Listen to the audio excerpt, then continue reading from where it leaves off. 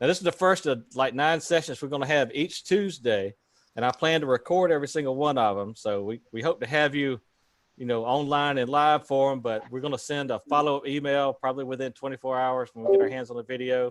We'll also share it on the Facebook Covenant Partners group page. So if you miss one or if you want to share one, you'll be able to see it that way. And today we're going to talk about some foundational principles, and we're going to have a fellow who kind of helped shape them, since David worked with Millard and Linda and some other folks on shaping the original Fuller Center for Housing principles based on the longstanding principles they came up with a long time ago. So hopefully, I don't believe the foundation principles have changed very much over the years. And after David gets through talking about them, we're going to talk about a few different ones. And after each one, we'll have a little Q&A. And then at the end of the entire webinar, I'm going to show a little short 4-minute video that we've recorded. You might have seen it on the homepage about the foundational principles. So David, if you think you know what these foundational principles are, I imagine you're pretty familiar with them after about 15 years. I have notes in case I get lost here. We thought this would be an important thing to start with because these foundational principles are really what set us apart from every other housing organization that I'm aware of. So we're going to go through them, and I thought I'd give you a little backstory. This all it started in 1942. And that was when Clarence and Florence Durden moved to South Americas with another couple named the England. And they bought a farm down there. And their goal was to establish a demonstration plot of the kingdom of God. And they wanted to live the way they thought that the Christians lived in the very earliest days. And so they set up a community down there. Well, over the course of time, they found that they were living in a neighborhood that was severely distressed. Clarence was not a person who recognized the color differences, and he invited the neighbors to come and be with them, and he learned from them. He was from way up north in Talbotton, so he didn't know how to grow crops down south here in Georgia, South Georgia. So he met the neighbors, and they were almost all black sharecroppers, and they lived in dismal circumstances. They took a lot of heat over the years, but that's a whole nother story. In the late 60s, a young couple stopped by the farm and ended up spending a good deal of time there. That was Millard and Linda Fuller. And they had just recently changed their whole life. They had given up their wealth, and they were looking for what God had for them in store. They were led to Koinonia Farm, which is what Clarence founded, and Millard and Clarence just clicked. They were very different people. Clarence was a philosopher. He was a Bible translator. He was a Baptist pastor. Millard was a old UCC guy. He was gung-ho, an entrepreneur. He changed his entrepreneur relationship from business to Jesus, but he continued to be an entrepreneur. And the two of them clicked. And they started looking around. Now, in about late 60s, 1968, Clarence had pretty much decided that the farm had done everything that it could do. And he was actually ready to close it down and go up and see what he could do in Atlanta. And one of the problems that he saw was that they weren't reaching out. He couldn't feel like they were reaching out. So he and Millard spent a good deal of time. And in 1968, he wrote a letter to the members of the farm there that became the foundation of what ultimately became Habitat and now the Fuller Center for Housing. In that letter, he addressed the issue that surrounded him, the poverty that they were experiencing in their neighbors. And they came up with the notion of partnership. And they had 3 components: partnership industries, partnership farming, and partnership housing. And in that letter, Clarence wrote this. He wrote, "What the poor need isn't charity, it's capital. Not social workers, but co-workers. And what the rich need is a wise, just, and honorable way of divesting themselves of the overabundance." So the idea of the partnership programs was to take this overabundance that the wealthy would provide and capitalize efforts by the poor. One of the greatest problems that the poor have in getting out of poverty is that the cost of money is high. They can't afford to borrow money. So under the partnership program, they would capitalize these different deals at industry, agriculture, and housing. And the recipients would actually participate in the process and repay the capital, but on terms they could afford with no interest charged and no profit made. Well, the one that really caught Millard's attention was the partnership housing. And out of those conversations, they did start building some houses. They built some houses down at the farm, and they built some here in Americus. Clarence actually didn't live to see the first house built. He passed away, but the program, the idea was there, and it continued. So in all of that, out of all of that came what we call the foundational principles of the Fuller Center for Housing. And so I'm going to just go through a few of them. And at any point you've got a question or you want to say, wait a minute, I don't understand, or I'd like to know more, just holler. But let's start with the fact that we are a Christian organization. Now, that requires a certain amount of definition. What does that actually mean? We like to say that we are unashamedly Christian and enthusiastically ecumenical. Now, a couple things that we are not. We're not an evangelistic organization. We're not preaching except with the hammer and trowel. And we're not an interfaith organization. You know, those words get confused sometimes, ecumenical and interfaith. Ecumenical means you invite all the Christians to the table. Interfaith means you invite everybody else. Well, we invite everybody else to come and help build houses, to help fund the houses, to even live in the houses. Sheila and I built with a Muslim family in Shreveport a few years back. But we are not interfaith, we are Christian. Millard goes on to define that. The theology of the hammer is the underpinning of our Christian focus. And I'm going to read to you what he said because it's just so well stated. He said, the theology of the hammer is the understanding that our Christian faith mandates that we do more than just talk about faith and sing about love. We must put faith and love into action, make them real, to make them come alive for people. Faith must be incarnated. That is to say, it must become more than a verbal proclamation or an intellectual assent. True faith must be acted out.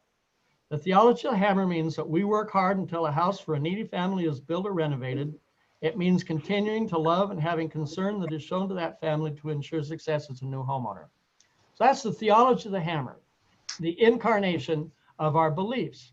Now, Millard was quick to say that we are a ministry, but we're not a church. We don't have a theology. He did point out that there was one grave sin in our dogma, and that was that if you didn't have a Fuller Center license plate or a bumper sticker on your car, you were living in sin.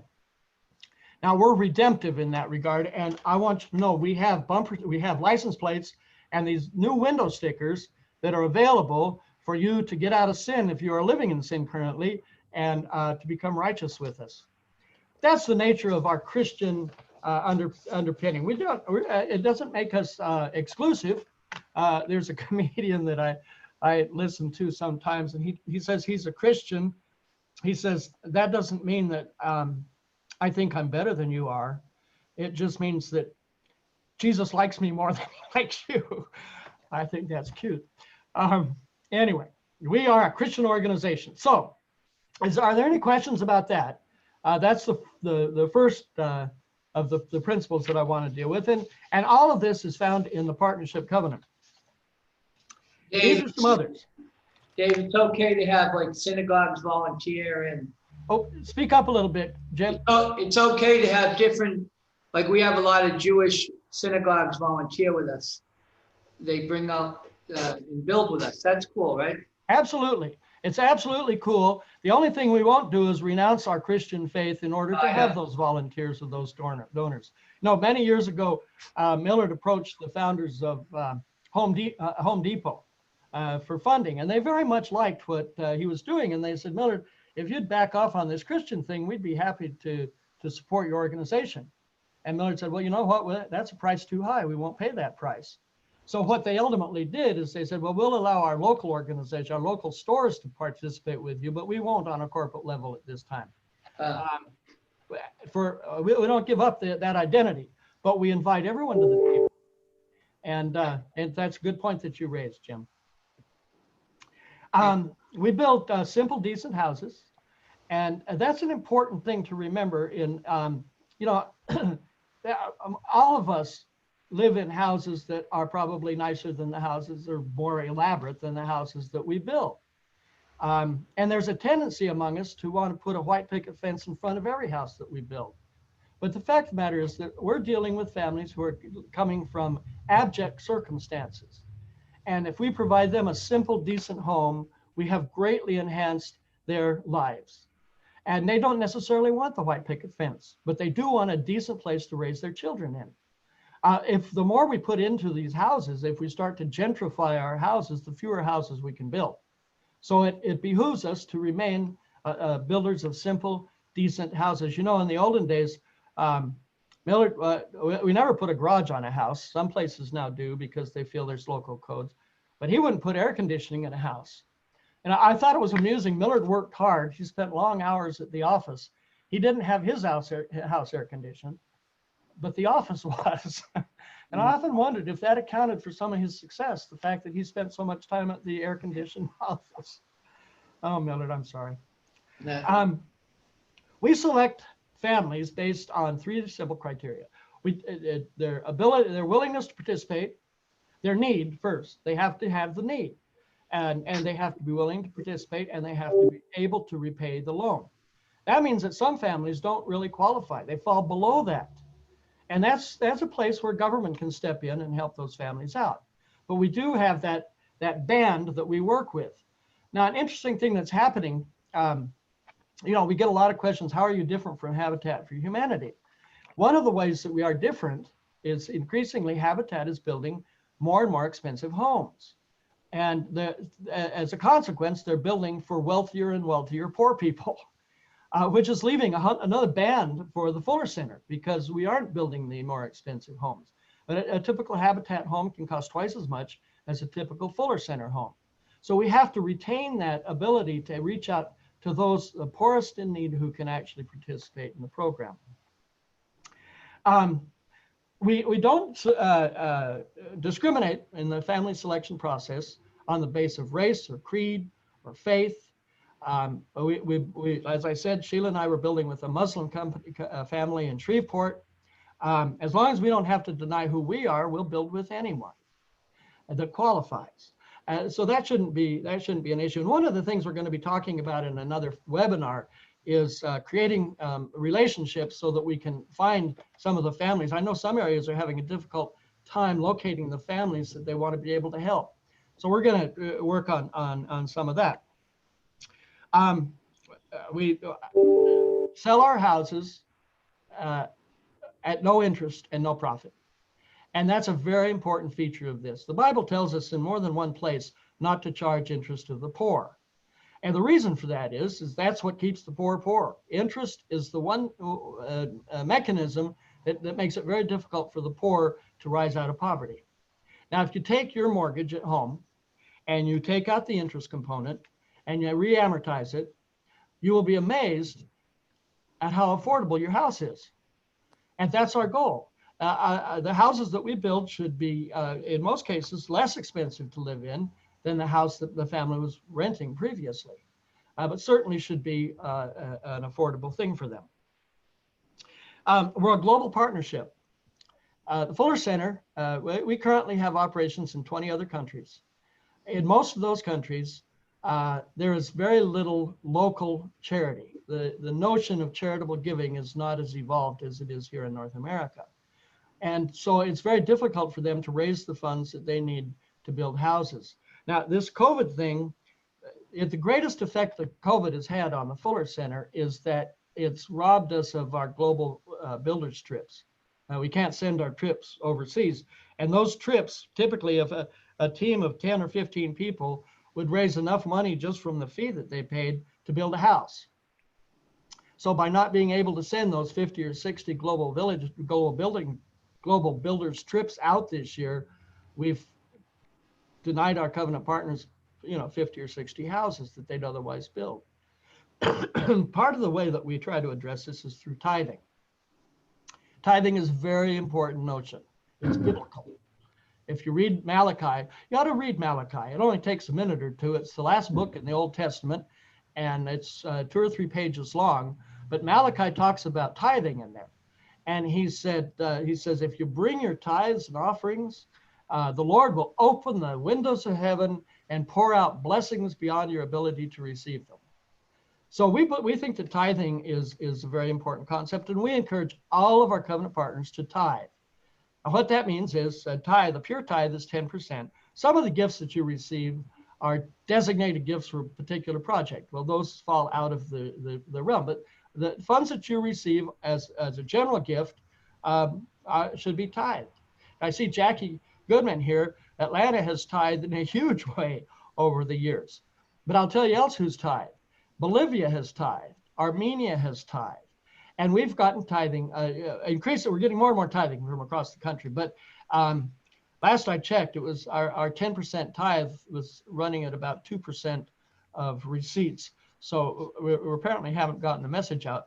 But I know there was an old Habitat program in Florida that very, very successful program. And Mildred was talking to him one day and asked, he says, so what's the difference? Why are you able to be so successful? And they said one word, tithing. We pay our tithing and the Lord blesses us and we build more and more houses. So there's really something to it, but it's part of the global partnership, because the tithing is something that we can then send out to the covenant partners overseas to help them build. Now there's a tendency, and I know in the old Habitat days, there was a lot of dedicated tithing. An affiliate would hook up with an overseas country and they would tithe to that country. We don't really have that luxury at this point. You know, we have countries like Haiti that get a lot of money. People pour money. We have El Salvador, which we're able to fund at a huge level because of a major donor down there. But then we have other countries like Madagascar and Papua New Guinea and Cameroon that sort of get forgotten. So the best approach, we think, on the tithing is rather than designate the tithing to a particular country, to allow us to use those funds where they're most needed in the course of their operations. Government funds. This is always an interesting topic. Yes, James. Yeah, I apologize. Sometimes say if we gave to Madagascar, they could send an email to me that I could share with the board, that's helpful to increase tithing, that relationship. So if there's a country that you need us to tithe to, then someone from that partner could send an email, if possible. Yeah, that's worth looking at. It creates that kind of, we're really helping the local. A higher sense of partnership. Right. Yeah. All right. Were there any other questions on that? Thank you, by the way. Could you just throw out the dollar amount of a few of countries and how much the houses are, say in Madagascar, just for my curiosity? Right. Yeah, Madagascar does a remarkable job, and they build houses for $3,000, $3,500. Haiti is more expensive. They're about 6 in Haiti. Armenia is the most expensive. However, Armenia has told us that they no longer need funds from us. They have settled. They've got their funding worked out with local funding and homeowners payments, and they're not looking for money from the states any longer, which is good because their houses are the most expensive. They build houses out of stone. The Armenian houses will survive all of us, but they range. I would say that an average is probably $5,000 to $6,000, and then some places like Madagascar are able to do it for much less. I had an interesting thought the other day, and I don't know how well this would fly, but I know a lot of companies this year cannot have Christmas parties for their employees because of COVID. And I was going to just float the idea with my company, which is not the most generous company in the world. But I was just going to float the idea that since they are not able to give a party for the employees, wouldn't it be lovely, especially since mine is a real estate company, to build a house in honor of the employees through a donation to the Fuller Center for a house in another country or this country. But that could be an idea for people to float to companies in lieu of a Christmas party, building a house in honor of their employees. I'm making a note, Jackie. I think it's a great idea, and I think we'll promote that. Okay. We'll even maybe our Fuller Center Christmas party will donate, Yes. the $37 that it costs us to throw it. But no, it's a wonderful idea. Thanks. Absolutely. All right. Where was I? I was starting on government funds. All right, government funds. This is a very interesting issue, and it's gotten a lot of debate over the years. We don't use government funds to build houses. We'll use government funds for land and for the acquisition of derelict housing, for infrastructure, and even for some administrative expense. But we don't use government funds to build the houses. And people say, well, why not? Because it's there. Why not take advantage of it? Well, there are three reasons. First is it's fickle. It's fickle money. And it's very easy when you start accepting government funds to establish a dependency on those funds. And then suddenly there's a change in an administration or Congress or something, and those funds are no longer available and you're handicapped. So the fickleness of the funds is one.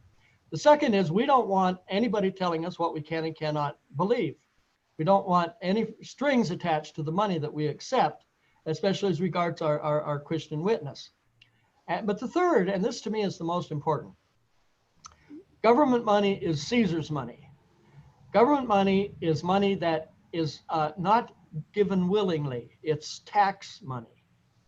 And so those funds are not given willingly the way that donations that we receive are. So there's no blessing in using tax money. No one gets blessed by that. But people do get blessed by donating and supporting a family and helping a family get into a decent home. So those are the three main reasons. And we're not going to change that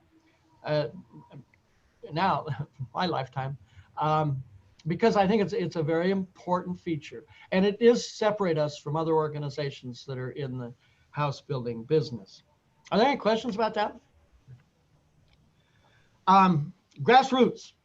This is another important part. The Fuller Center is not a vertical organization. We're a horizontal organization. We are a coalition of like-minded organizations all across the country and around the world who are share a common vision and common principles and are doing the work. But what's happening in Utah or Atlanta or in Americas is all driven locally. All of your covenant partners are local entities, incorporated locally, and you decide who you're going to build with. You raise the money to do the building, and you make the decisions. You keep and reuse the mortgage payments locally. We don't oversee that. One of the luxuries that gives us is we have a very lean administrative operation because we don't have 2 or 3 layers of hierarchy between us and the covenant partners. It's very free. Our ratio of money, our ratio of expenses is at 90% program, 10% administration. And any of you that follow the nonprofit world, those are very good numbers. But part of it is because of our structure. We don't need to have a whole bunch of a whole number of layers of intermediary administration because you all do the work. All we need to do is make sure that we're all sharing the same principles. Now, the one I want to end on here, I think, is enlightened charity, because this is another important feature of our program. And we sort of talked about it a little bit already, but we call it modestly, we call it enlightened charity. But we believe that the best charity is the charity that lifts people up. And most charity does not do that. Most charity keeps people down. And government charity is the worst for it. It deprives people of their independence. It makes them dependent. And we figure, when Jesus said to take care of the poor, he didn't mean to shackle them and bind them into some eternal poverty. He meant to lift them up. And we think that this, our approach of having the families work with us and then pay for the property makes them participants, not recipients. And it's uplifting. And the next generation benefits from that. There are some wonderful stories about kids who have gone to college who grew up in a Habitat home, because that home gave them an opportunity that they didn't otherwise have. They had a decent place to live. They had a place to come home to that was safe and sound. And they knew that their parents loved them because they provided that benefit to them. So our charity is a medical school graduate, right? That we do, yeah. As a matter of fact, Graduate. the very first homeowners, Bo and Emma Johnson out at Koinonia, Bo signed his name with an X because he was illiterate. They had, I think, 3 daughters, and one of them went on to be an attorney. I think she lives in Washington. The other one's a teacher. The Queenie still lives here in Americas, but this parents that couldn't sign their own name sent their kids to law school. So there are some wonderful stories that come out of this. But that's the beauty of it. It's a very elegant way of doing business. Now you hear a lot about toxic charity. At least we do, and they talk about, for example, sending teams overseas. Really, you don't need to send people overseas. You need to send the money overseas. But we don't agree with that, because we find that when people travel to a place like Nicaragua, coming from a place like wherever y'all live, they are suddenly confronted with a world that is different than any they've ever seen before. And suddenly they have poverty right in front of them. And they see how so many people in the world live. They don't just see it, they experience it. They're in the neighborhood. So our Global Builders teams, they're not going to Paris, they're going to Managua.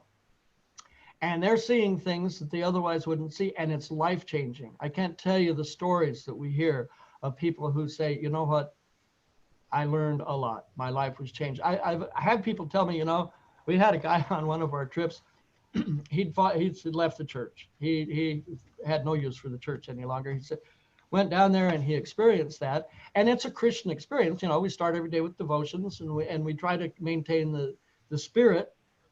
And he said, you know what, I'm going back to church. That experience touched me. So we feel like our charity extends not just to the families that we serve, but to those who do the serving.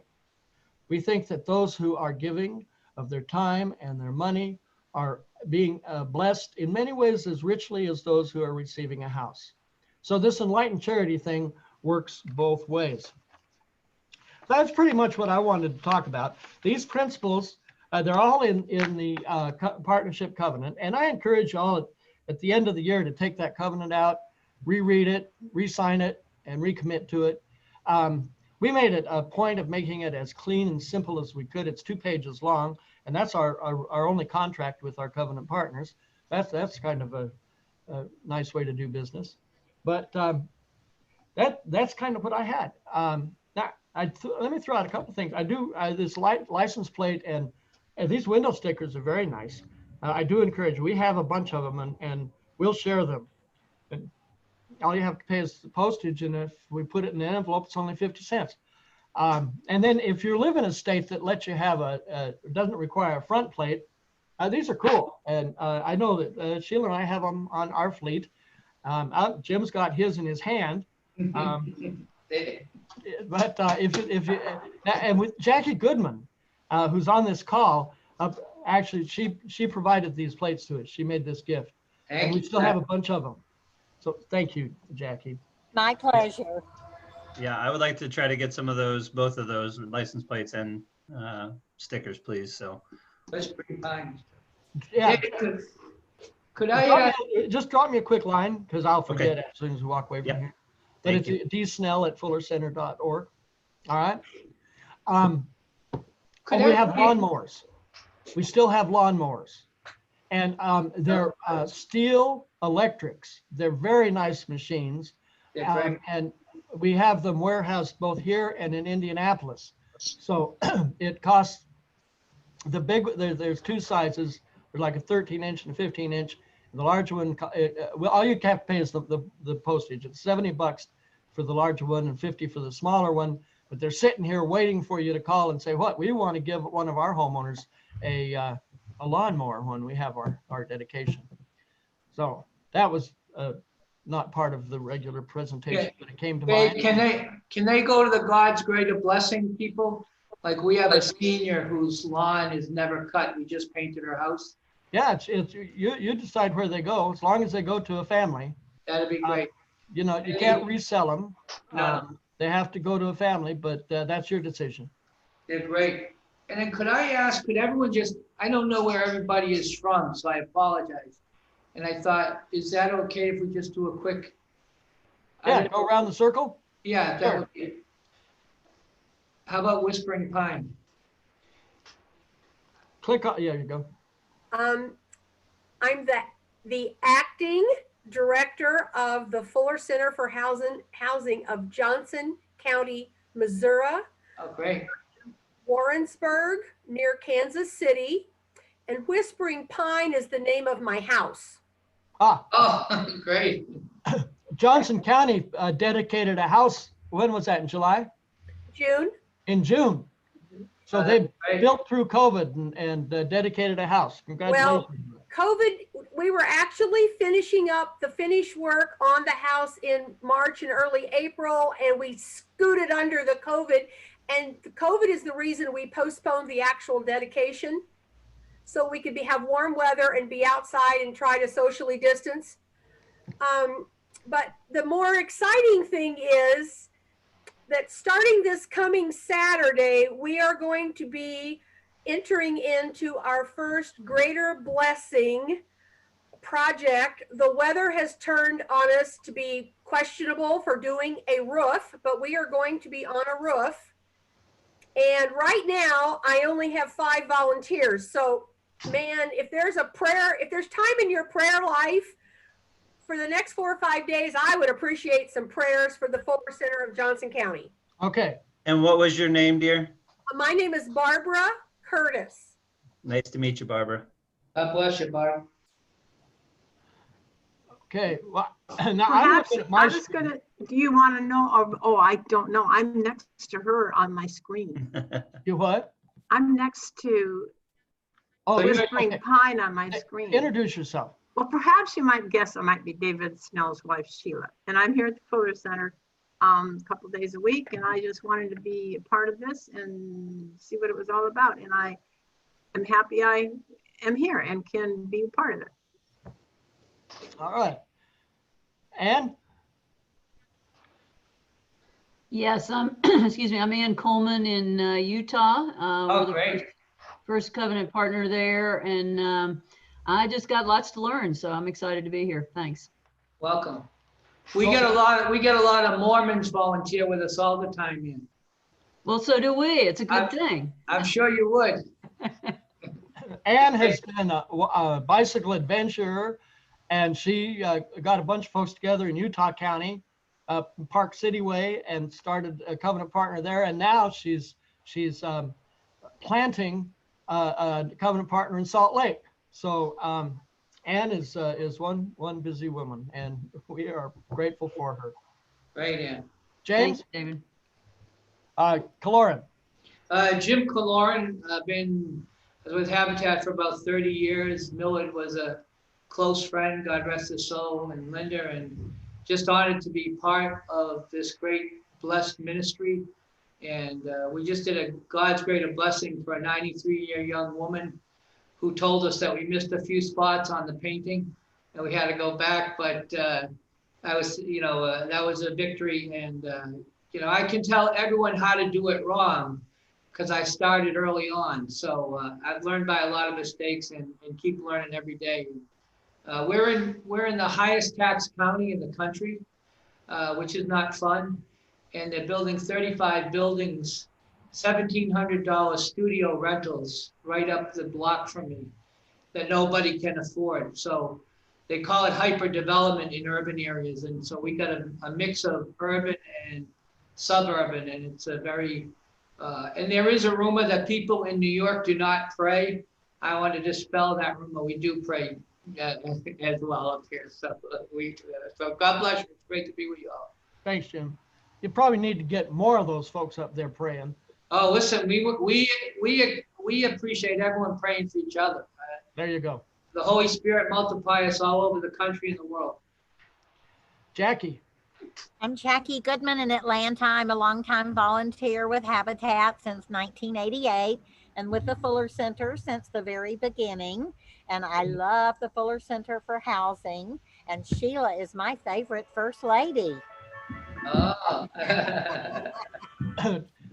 When Millard and Linda were escorted out of the Habitat offices in 2005, started working out of their home on their dining room table. And their 2 assistants were both told that maybe you'll have a bit happier future someplace else. Well, Jackie said, you know what, these people need help. And so she arranged for to make sure that the 2 women who were working with Miller and Linda were able to continue working with them and got their salary, paid their salary. And so she was a founding part of this organization and on the founding board. Chad. That's true. And I'm actually, every day I play Monopoly for the Fuller Center because I'm building a little real estate empire and I'm leaving it all to the Fuller Center when I die. And I take great pride in looking at my little portfolio and knowing that I'm playing Monopoly for the Fuller Center. I love Wow, that's great. That's We do too. Mixed emotions, you know, with these, you want to pray for their health. On the other hand, right. God bless you, Jackie. I understand. great. People to go to heaven sometime. Well, sometimes I think it's good to not live too long. The longer you live, the more health issues you're likely to have. So any day I go will be a good day and I'll be happy for you to have the money. No, we want you to stick around. Chad, what do you know? Chad Pardue down here on the Fuller Center for Nature Coast here in Florida. And we're excited. We're getting ready to get our first full build kicked off here in the next couple months. We've got most of our funding in hand, and we've got plans and builder ready to get things rolling for us. So yeah, we're excited about that. And then one of my board members was just reaching out about another Greater Blessings. We're just kind of getting through our COVID process here and back into the Greater Blessings mode as well. So we are going to hopefully get back in the full swing of things here coming into the fall and the winter. Excellent. Check your mailbox. I think you've got a couple of checks that from us that you need to. Excellent. I'll double check. Yep. Thanks. All right. Jim Barton, you want to introduce yourself? You're muted. There you go. Yeah, absolutely. Hey, my name is Jim Barton. I'm the Director of Special Initiatives here at the Fuller Center, and we are in Americas. And Jim, Are you related to any other Bartons we've known? No, ma'am, I'm not. No. Every time I see your name, I wonder about that. Okay, just checking. And he think gets of that Brent- question every time he talks to any covenant partner. Yes. But yeah, Jim put together our Vacation Bible School program, which is really very cool. It features 4 countries: Nepal, Madagascar, El Salvador, Papua New Guinea. and Papua New Guinea. Yeah, I mean, talk about interesting places. And it has a full program with kids, actually video of kids from those countries singing songs, and the kids sing back. And there's a recipe book with treats. And it's just really a very full thing. So, and we're not charging a dime for it. There's a little bit local expense in buying construction paper and that sort of thing. But if you'd be interested, check it out on our website, and it might be something you want to take back to your church. Just sent that to my pastor yesterday. Excellent. Lee, I see you came on. Yes, good morning, everyone. I came on. This is Lee Jeter and Fuller Center of Northwest Louisiana and Shreveport Bossier. So I'm glad to be here. Unfortunately, we were supposed to start building a house at the end of this week, but we're not able to do that because of lumber prices. When lumber prices go up 3 times what we're used to getting it for, and we're trying to build and stay within budget, it makes it a little bit difficult. Plus, because of the uptick again of the current virus, we're having a hard time gathering volunteers. So we're just going to postpone our bill for a while, but you know, we just got to figure out what it's going to look like with this new environment that we have in, and don't know how long it's going to take before lumber prices go back down again, but we can't afford to pay $27 for OSB that we used to pay $8 for. And of course, we can't build without volunteers, and without volunteers, it's going to take much longer for us to build a home. And of course, the longer it takes to build a home, the more it costs us to build a home because of the temporary services. And I mean, it's just, you guys know what the process is. So I'm preaching to the choir. We just hoping things change.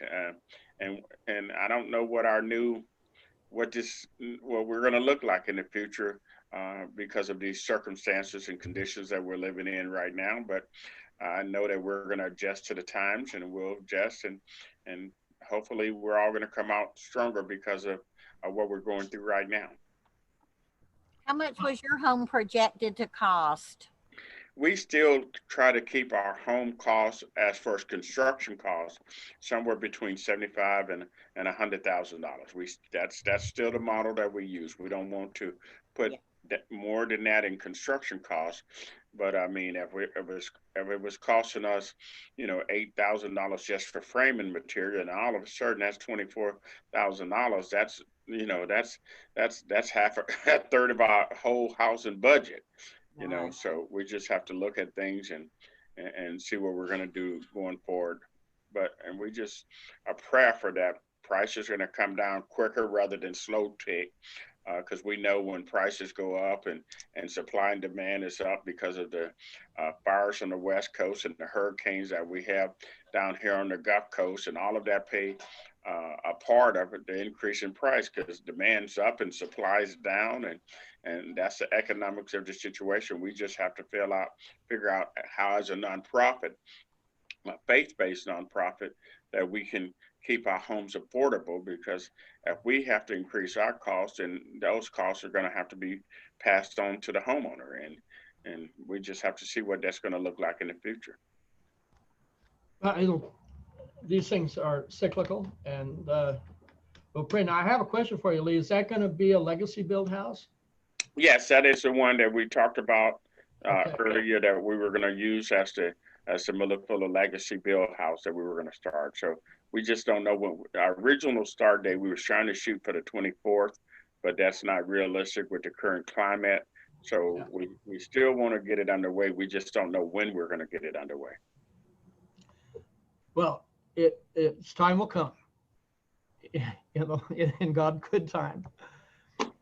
Kathy, I see you're there. Do you want to say hey? I don't know if she can.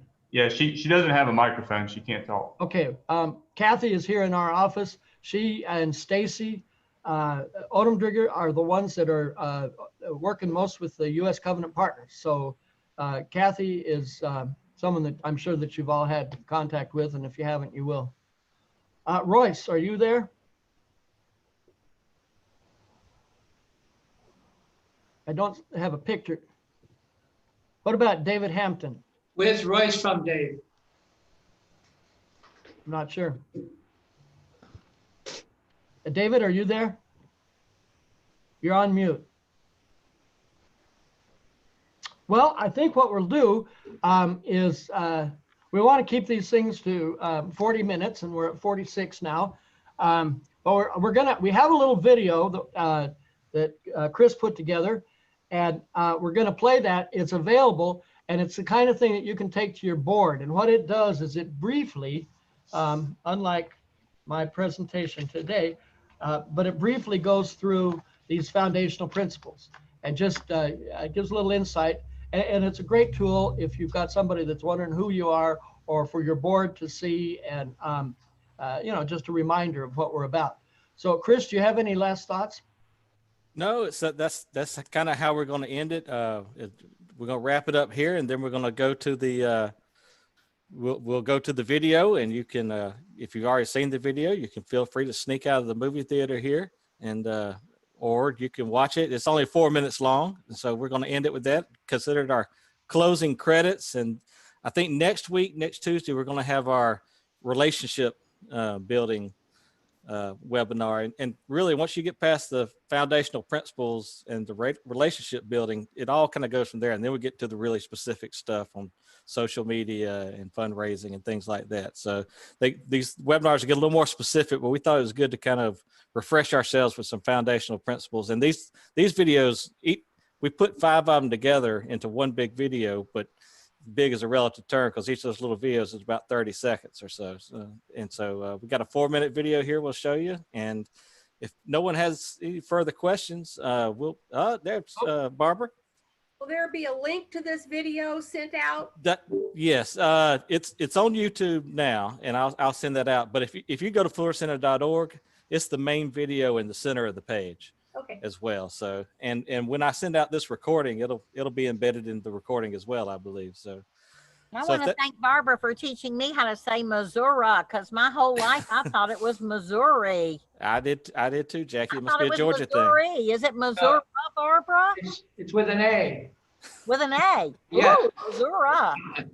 If you're a native speaker, and I have no idea why, but that conversation comes up often. That's interesting, because my whole life I've said Missouri, but I'll never say Missouri again. There you Okay, go. thanks. All right, well, thank you all for being with us. And Chris, I guess we'll show our video and look forward to seeing y'all next week. And tell your friends, we'd like to fill this screen. Thanks, bye-bye. All right, God bless y'all. All right, we will see you next week, y'all. This is my first movie since the pandemic. Give me just a moment to get it started. Boy, you got a messy desktop there. I cleaned it up just for this, actually. That's a Thank you. lot of apps there, man. I cleaned it up just for this, man. All right. We'll see y'all next week.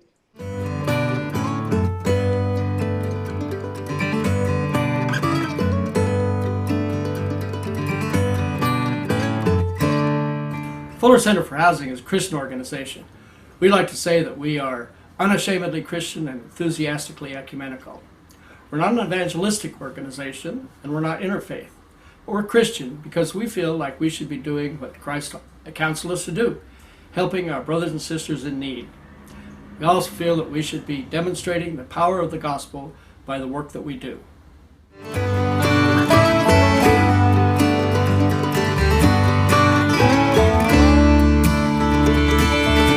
The Center for Housing invites all with a giving heart to join in our work. We don't discriminate in any way with families that we select or the volunteers that we use to build the houses or the donors who make it all possible. We like to think that we offer a large tent in which people of all nationalities, races, creeds, socioeconomic conditions, and faiths can come together to serve the common good. Our principle of a hand up, helping people help themselves, is something that everyone can support. This is not forced diversity, it's natural diversity that flows from the way that we do our work.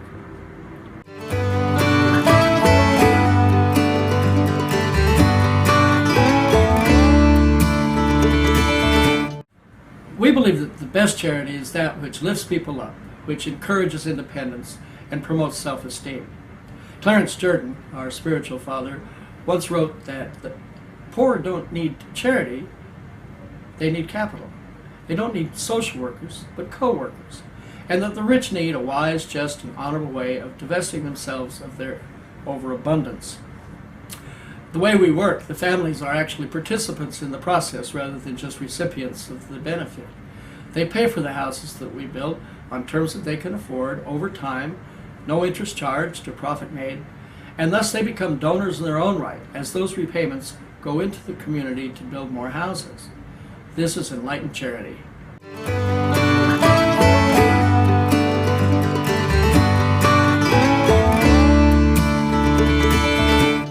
The Fuller Center uses government funds sparingly, and only for those purposes that are in the natural purview of the government. For example, we'll take land or houses, but we don't use government funds for the actual construction. There are 3 reasons for that. One is government money is fickle. Organizations that become dependent on it can be devastated if those funds are withdrawn. The second is we don't want our ability to profess our beliefs, our Christian beliefs, to be limited by some government restriction. The third, government money is tax money. It's Caesar's money. It's money that's taken rather than freely given. The donors give to the Fuller Center have the blessing that comes from knowing that they have given of their hearts and not out of some government requirement.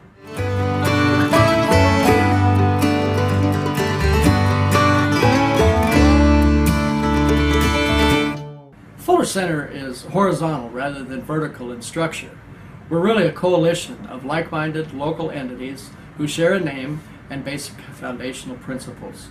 The real work of the Fuller Center takes place at the local level, and it's the leaders there who should be making the decisions about the families that are selected, the way the houses are built, how funds are raised, and volunteers are engaged. By doing it this way, we are able to maintain very low administrative costs in the central office because we don't have to support a large hierarchy of managers overseeing the work. The work is led at the local level. That's where the authority lies, and that's the way it needs to be.